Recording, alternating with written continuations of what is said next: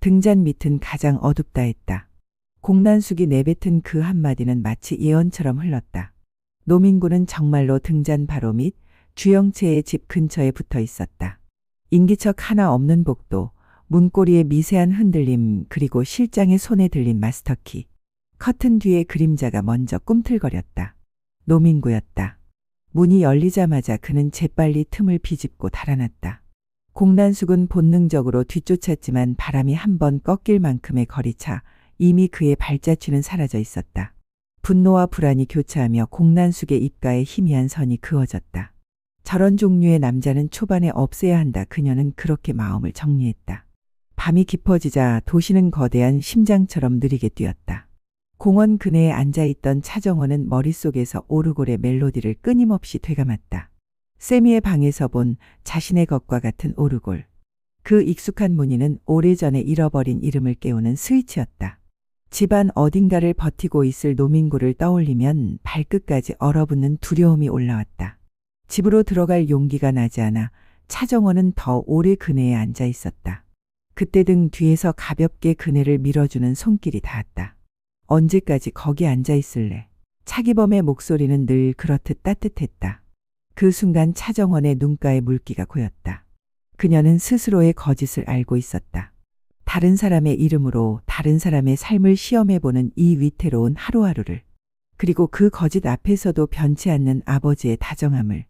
그 밤 차정원은 결심했다. 숨지 않겠다고. 적어도 부모에게만은. 그녀는 미향과 차기범 앞에 앉아 낮은 목소리로 말했다. 자신이 주영채의 부탁으로 주영채를 대신해 건양가의 진세운과 맞선을 보았고 정략 결혼을 올릴 예정이라고. 하지만 식장에는 오지 말아 달라고.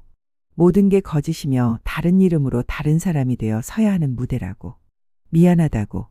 말끝이 흔들렸고 체온이 떨어지는 것처럼 손이 떨렸다. 차기범은 말없이 앉아 있었다. 돌덩이가 가슴 한가운데로 내려오는 느낌. 사랑하는 딸이 스스로를 지키기 위해 거짓을 택했다는 사실이 너무 아팠다.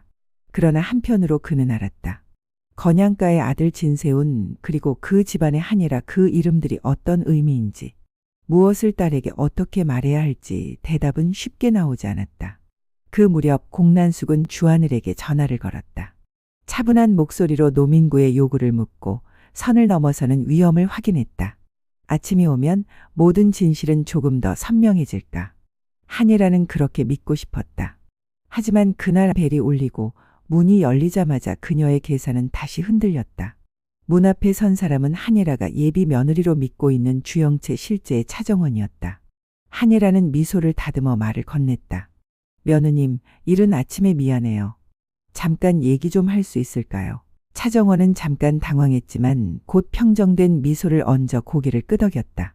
그 미묘한 존중과 거리감이 두 사람의 관계를 규정하는 안전핀처럼 느껴졌다. 잠시 차 한 잔이 지나고 한이라는 조용히 말을 꺼냈다. 어제 누군가가 자신을 찾아와 스스로가 차정원이라며 진짜 주영채라고 주장했다고. 말이 끝나자 차정원의 얼굴에서 혈색이 사라졌다. 손끝이 미세하게 떨렸다. 죄송해요. 잠시만요. 그녀는 자리를 박차고 방 안으로 들어갔다. 진정하려 애쓰는 손이 서랍을 열도록 만들었고 그 순간 한이라의 시선이 방 한가운데에 멈췄다. 탁자 위 은은한 광을 내는 오르골.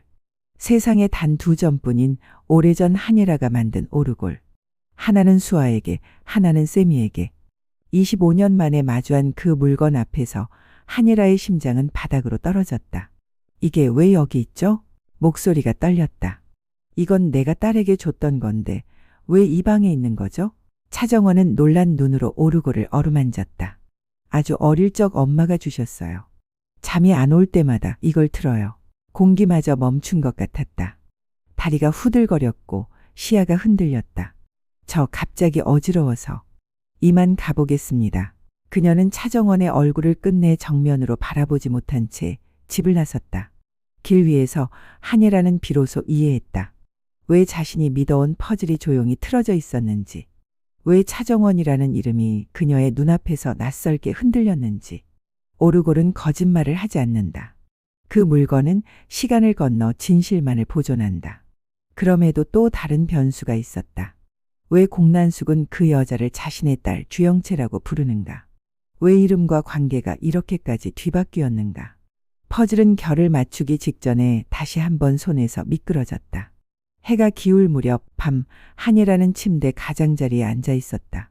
눈을 감으면 오르골의 멜로디가 들렸다. 그 멜로디는 그녀의 손끝에서 시작됐고 이제 다시 그녀의 가슴으로 되돌아왔다. 만약 그 아이가 정말 수아라면, 만약 자신이 오해한 모든 것들이 거꾸로 바로 서려 한다면, 그녀는 조용히 결심했다. 내일 직접 확인하겠다고. 귀로 듣고 눈으로 보고 자기 손으로 만져서라도. 다음 날 두 개의 이름이 한 공간에서 마주서는 자리. 한이라는 예의를 갖추되 단단하게 설계했다.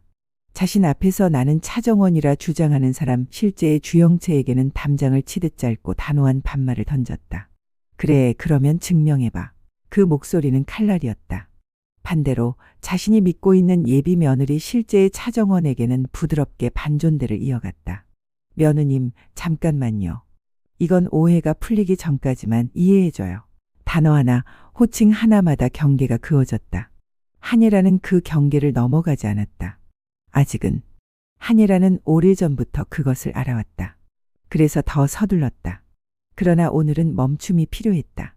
그녀는 머릿속에서 시계를 잠시 눌러 멈추고 두 개의 이름을 나란히 놓고 바라보았다. 오르골의 멜로디는 여전히 같았다.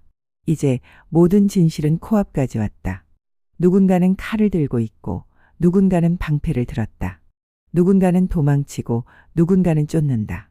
그러면 증명해봐. 오르골은 다시 돌아간다. 처음부터 반복되는 멜로디처럼. 그러나 이번에는 결말이 다르다.